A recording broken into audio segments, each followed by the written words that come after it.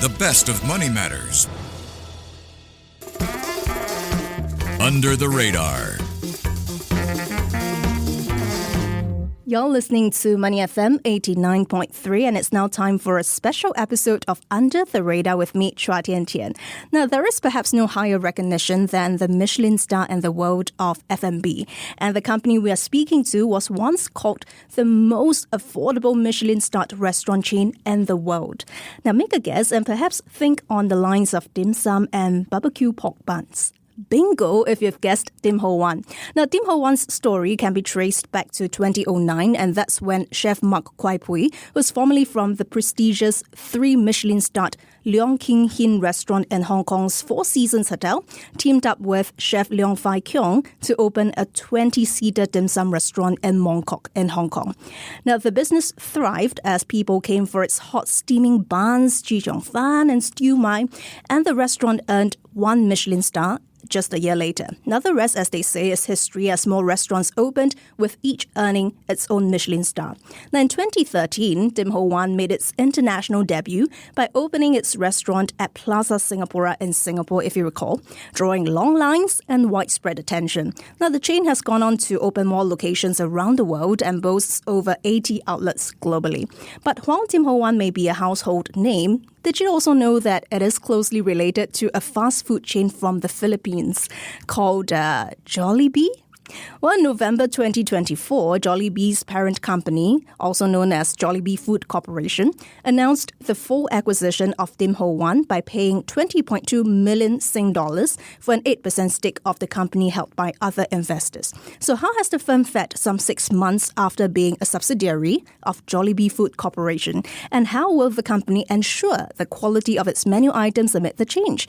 And also, how will being part of the Jollibee ecosystem help it achieve its growth ambitions around the world? Now, for more, I'm joined in the studio by Lee Yong-shing, CEO of Tim Ho Wan International. Shing, welcome. Thank you for having me, Tian Tian. It's a pleasure. Great to have you join us on the show, Shing. And we've briefly talked about Tim Ho Wan and its roots or humble beginnings as this 20-seater restaurant in Mongkok, once called the most affordable Michelin-starred restaurant chain in the world. But let's hear from you. What is the value proposition and business model of Tim Ho Wan? And what is then the scope of Tim Ho Wan International's business then? As you mentioned earlier on, Tian Tian, Tim Ho Wan became popular right after its opening in 2009 for offering high-quality dim sum at affordable prices.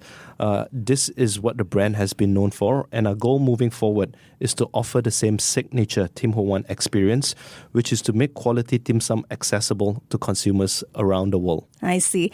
Now, what is the scope of Tim Ho Wan International's business? Does it cover Asia Pacific? Does it cover Hong Kong? Or does it cover, other markets like the US, Australia, and Europe? Because I understand some of them may be franchised to other master franchisees.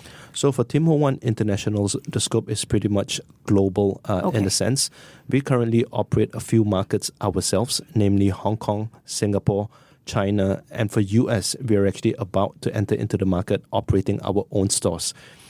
In the other parts of the world, it would actually be via franchise partners and joint ventures, which would still be under my care as well. Okay.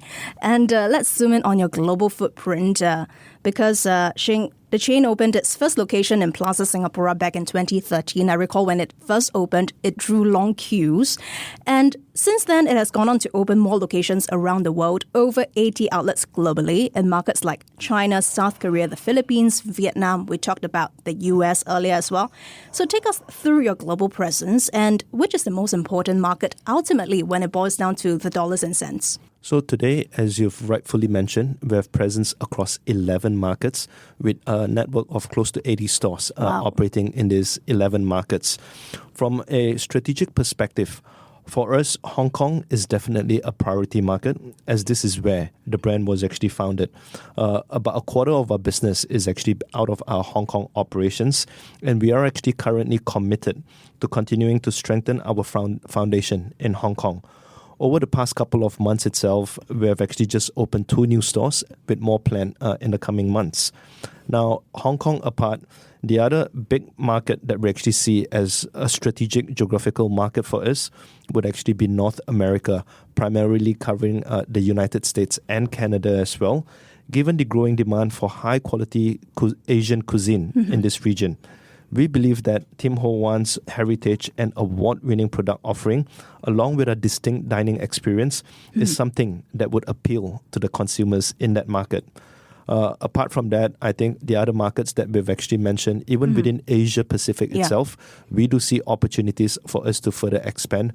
But if we had to actually really zoom in on what are the strategic priority markets, it would namely be Hong Kong, which is the home market, and North America, where we see huge opportunities to expand. I see. And Shing, let's talk about Singapore. What is the role of your operations in Singapore against the wider portfolio for Tim Ho Wan International? After all, it is the first market that you expanded into outside of Hong Kong. Singapore holds a very special place in the heart of Tim Ho Wan because outside of Hong Kong, Singapore was the first international market.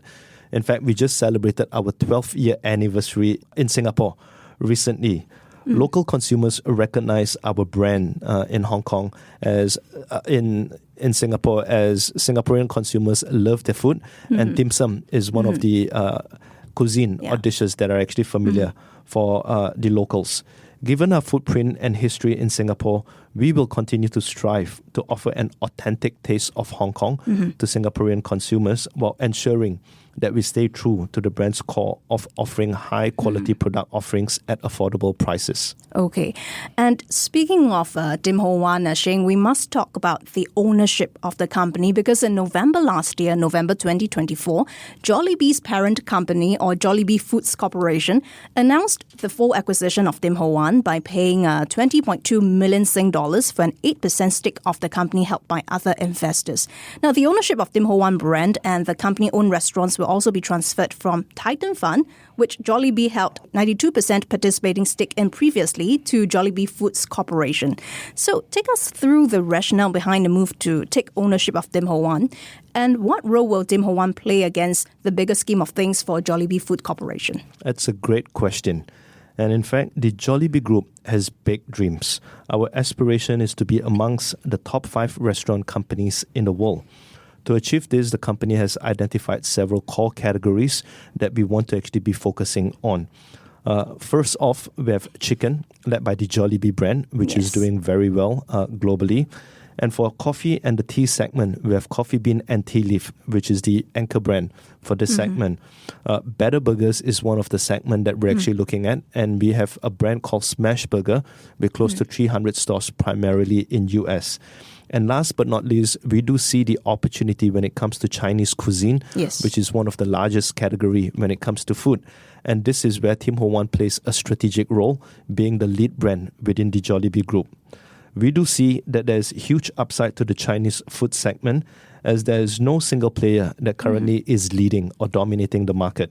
With Tim Ho Wan's high-quality dim sum and delicious offering, and most importantly at accessible prices, we believe that there is wide appeal, and this is a brand that could actually be far-reaching, making it a very strategic and intrinsic to Jollibee Group's growth.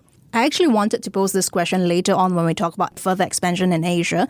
But what is your assessment of competition from Chinese brands coming into international markets within Asia for now? I think when it comes to Chinese brand, we're actually seeing a lot of brands coming in. The Chinese brands have done quite successfully, leveraging on the scale, the expertise that they have in the home market. But as a group, Jollibee Group, we do actually have presence in many parts of the world, and we also have a strong presence in China as well. So I think while we do have a lot of respect for the Chinese brands that are actually coming in, our emphasis or focus is really to focus on the dishes, the core of what our brand stands for at Tim Ho Wan, but at the same time leveraging on Jollibee Group's resources to see how we can actually scale in a more cost-efficient manner so that we do not need to pass through the cost to consumers. Now, you talked about two things throughout this conversation. One is cost, the other is quality, two things that you're very focused on. And I understand the transfer of Tim Ho Wan to Jollibee Foods Corporation. At that point, then, it sparked concerns about the quality of menu items like your signature BBQ pork buns. But I suppose being part of Jollibee Foods Corporations also give you more bargaining power, economies of scale, and the procurement of fresh ingredients. So what's your take and what's your response to people who might have concerns over quality and cost? The Jollibee Group has been around for close to 50 years, and the group was founded on the love for delicious, superior taste. And that passion is very much alive. In fact, Our underlying purpose for the company is spreading joy through superior taste. And that is one of the things that has worked very nicely, because since the integration of Tim Ho Wan, our focus over the past couple of months has been on ensuring the high quality of products and making sure that we are actually consistent across markets that we operate in. Over the past couple of months, we have in fact upgraded the ingredients, including those for our signature barbecue pork bun, which you have just mentioned. And we have also been able to actually introduce new items such as our red rice roll infused with roselle sauce, along with an upgraded range of beverages and desserts. We've taken several initiatives apart from that, which includes hiring expert dim sum chefs to improve our restaurant system that does not impact the taste. These are actually steps that we're actually beginning to see having little improved results. If we were to look at customer feedback, and that is something that I actually review on a personal basis every week, our customer experience and ratings on social platforms like Google Reviews has increased significantly over the past couple of months. In fact, right here in Singapore, each and every single one of our stores are now at an all-time high in terms of customer ratings. And for those who have not visited Tim Ho Wan recently, I would strongly recommend to step into our outlets and let us know if you feel the same about the improved quality. You know what, when Shane came into the studio earlier, the first question he asked was, have you been to a Tim Ho Wan restaurant of late? So that shows how, on the ground he is and hands-on he is.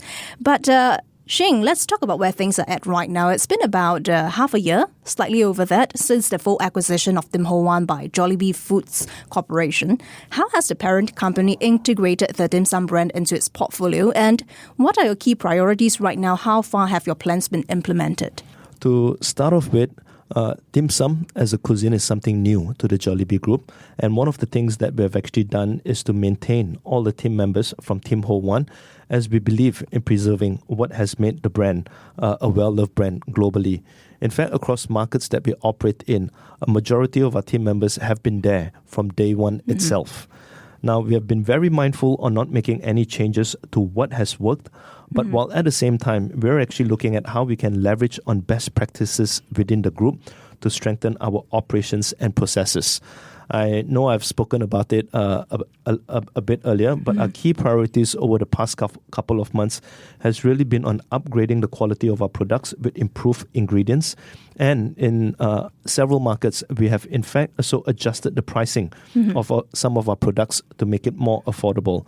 This is very much in line with what made Tim Ho Wan stand out previously, which is to offer high-quality dim sum at affordable prices. Don't mind me asking this, Shane, you've mentioned a number of times about having new products, product innovation being one of them. The second being the review of pricing. Why was there a need to do so? Is it because of the macro environment, or is it because there are certain things that, Tim Ho Wan as a standalone brand in the past cannot do that you think there are more opportunities to be unlocked? I think one of the things that we really looked at over the past couple of months was to go back to what made the brand successful. Okay. When Chef Mak and Chef Leung founded the brand, it was based on two things, which is mainly to actually bring very good quality dim sum, which in the past was only available in hotels, to every consumer around the world at affordable pricing. So over the years, I think there's been some changes along the line, but when we actually look at it, that is one of the things that made the brand, or made Tim Ho Wan the brand that it is, right? Yes. So Tim Ho Wan at the end of the day is known for good quality dim sum at affordable pricing, and this is what we have actually been challenging and striving for, which is to actually maintain so that we are actually able to bring the brand to more parts of the world. Could you give us an example of how you've revamped the menu or how you have reviewed the cost, if it's convenient for you? So when it comes to the menu part, I think one of the things that we've done globally was to really focus back on what made the brand popular.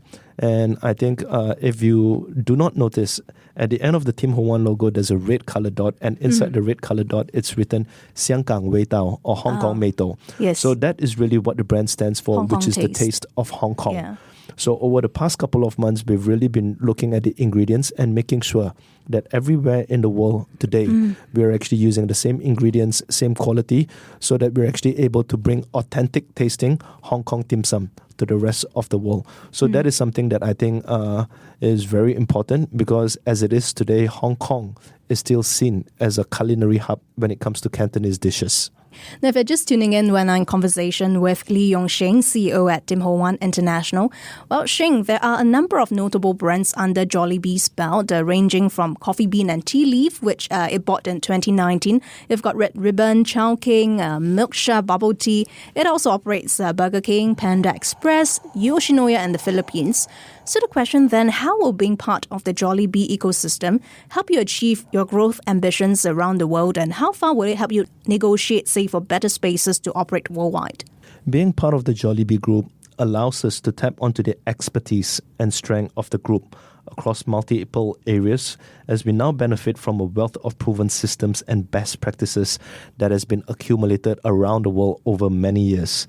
In addition, like you've mentioned, there are also economies of scales when we leverage on the size of the group. In the current economic environment today, which is extremely challenging, we are actually seeing cost escalation across different areas. And these synergies across the group will allow us to continue to actually be able to offer good quality products, but at the same time, avoiding higher costs to our consumers.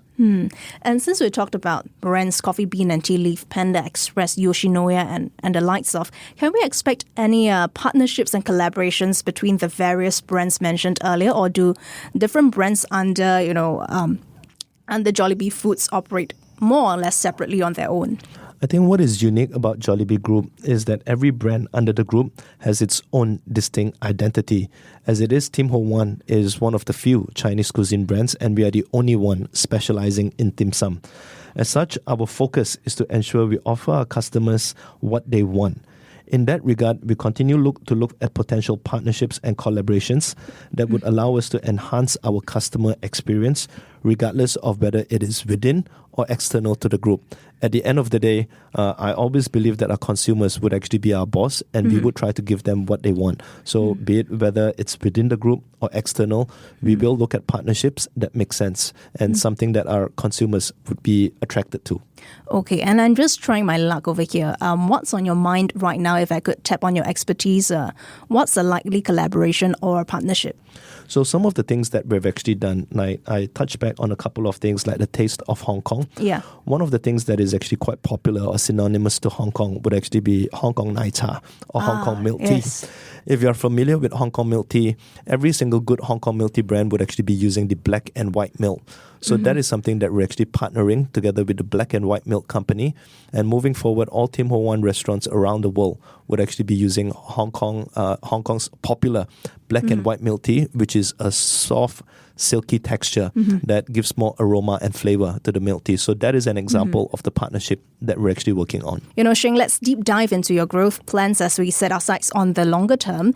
Because according to Global Growth Insights, the global dim sum market was valued at about $6.249 billion US in 2024, and that figure is expected to reach some $7.267 billion US in 2025, to grow to some $24.3 billion US by 2033.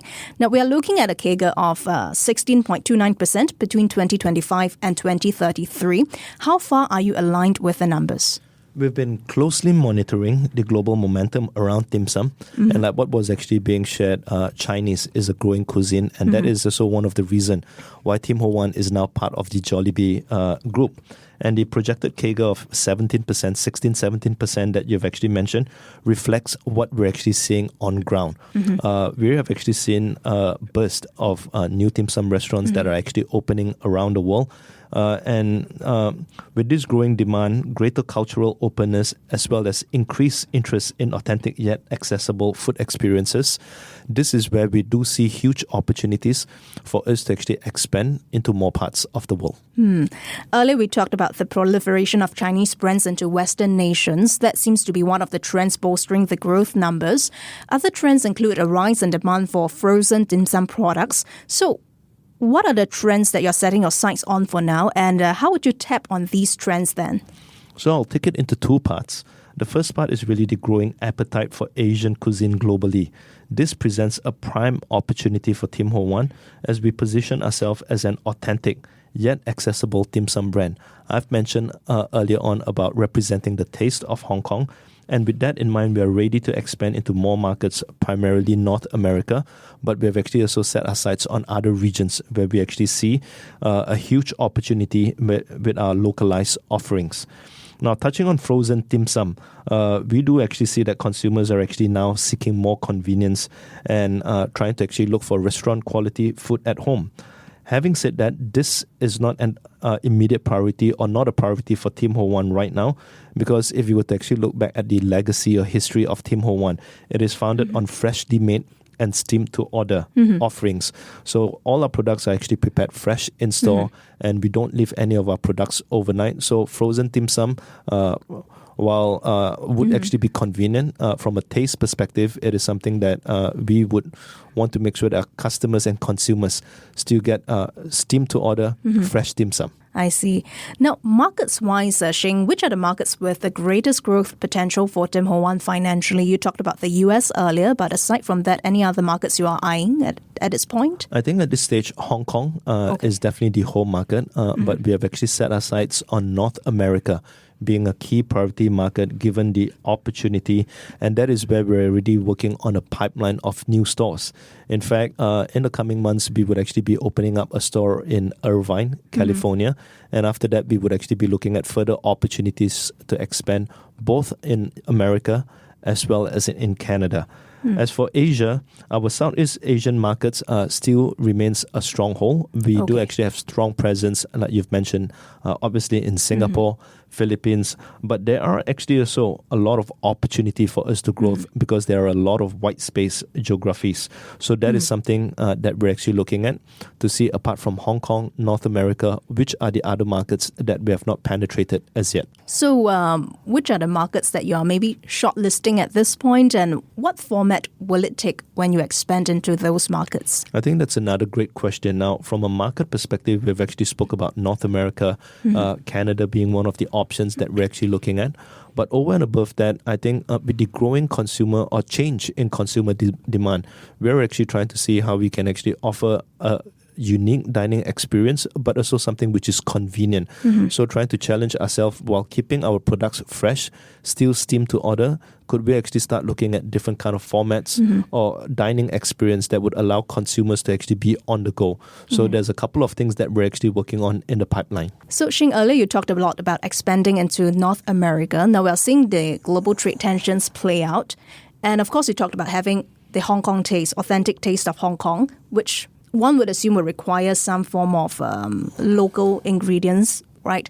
Do you foresee any challenges with regards to the supply chain and with regards to costing as well? So that has actually been a challenge not only for us, but I think a lot of other players in the food and beverage industry is actually facing that. Because apart from being a Hong Kong legacy brand, I think a lot of ingredients or sauces would actually be coming from China and international markets. So that is something that we've actually been monitoring very, very closely. And like what was being mentioned, as we actually enter or expand into North America, our aspiration and our goal is still to actually keep it as authentic as possible.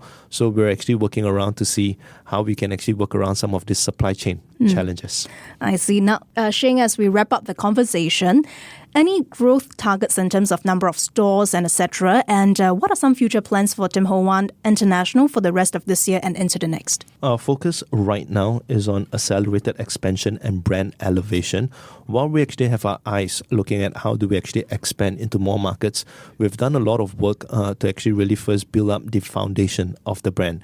So over the past couple of months, apart from improving and upgrading the quality of our products, we've really been looking from a brand perspective, how can we be relevant to the consumers today? So we, in fact, along those lines, we have an exciting list of innovation and new offerings ready to actually be rolled out globally this year. Just as a teaser for the upcoming SG60 celebration to celebrate Singapore's 60th National Day, we will be launching a unique range of interesting products that essentially blends the taste of Hong Kong with favorite Singaporean flavors. So keep a watch out. There's something exciting coming in the next couple of weeks, in fact. But at the end of the day, I think to your question, our ultimate goal is to bring world-famous dim sum to more tables globally, while strengthening our brand presence in Asia where our roots and loyal customers remain. So I would actually say that our focus would really be on, number one, to actually upgrade our quality of products. And number two, make it affordable in this kind of challenging environment. And thirdly, is to actually come up with innovation, bringing new flavors, new products to consumers around the world. Okay, so now I'm trying to think along the lines of laksa hakao, and let's see what will... Now you're giving me a very big challenge. That is something we need to actually see how we can actually bring alive. Yeah, laksa hakao. Okay, we shall see. Thanks so much for joining us, Shane, today. That was Lee Yong-shing, CEO at Tim Ho Wan International. Thank you so much for joining us on Money FM 89.3. Thank you for having me, Tian Tian. And to our listeners who haven't actually visited Tim Ho Wan, I would strongly urge you to come visit our stores and try for yourself the dim sum that we've actually been upgrading and putting in place for Singapore. Thank you. Before acting on the information on Money FM, please consider if it's suitable for your own investment objectives, financial situation, and risk tolerance. To listen to more great interviews, download our podcasts at audio.sg or download the audio app. That's AWEDIO, audio at the App Store and Google Play.